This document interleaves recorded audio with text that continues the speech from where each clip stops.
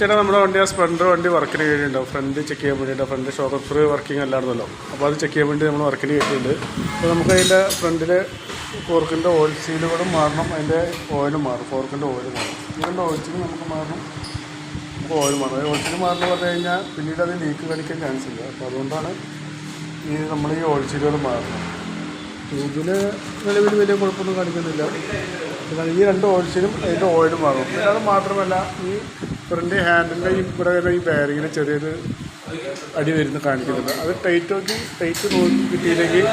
നോക്കി കിട്ടിയില്ലെങ്കിൽ ചിലപ്പോൾ അത് മാറേണ്ടി വരും. അത് മാറണമെങ്കിൽ അതൊന്നും പറയണം.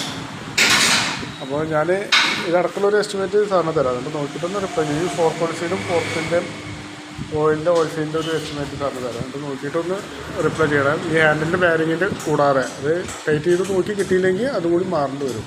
അപ്പോൾ അത് എങ്ങനെയാ വെച്ചാൽ നോക്കിയിട്ടൊന്ന് റിപ്ലൈ ചെയ്യണേ. ഓക്കെ.